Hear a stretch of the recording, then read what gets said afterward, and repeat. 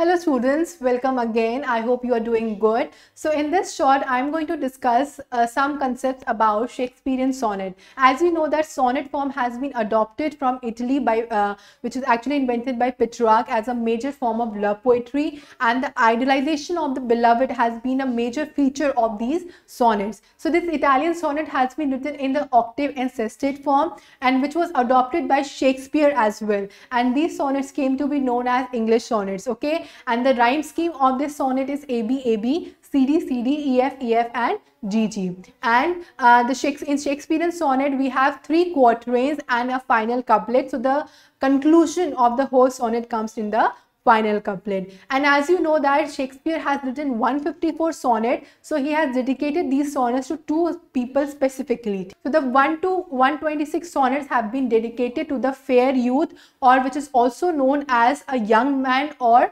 Mr. W.H. okay, and with whom the poet Shakespeare has a deep friendship. And the next sonnet, which is actually the sonnets from 127 to 152, has been dedicated to a person named as a dark lady, okay? And because Shakespeare was so infatuated with this mysterious woman that we actually call it a dark lady, and it is believed that Shakespeare is having a relationship with this lady, okay? Now you must be wondering, what about the last 2 sonnets, 153 and 154 sonnets? And these sonnets are known as the Greek sonnets, okay? And these are the final 2 sonnets of the sonnet sequence, and are very different and drawn upon the Roman myth of Cupid, to whom the poet has already compared his muses, okay? So now your doubt must be clear that what about the last 2 sonnets? So last 2 sonnets has been not dedicated to anything. These are Greek sonnet whom actually been addressed to the love god, that is Cupid, okay? So I hope this short was helpful for you. Keep studying and keep practicing questions. Thank you so much.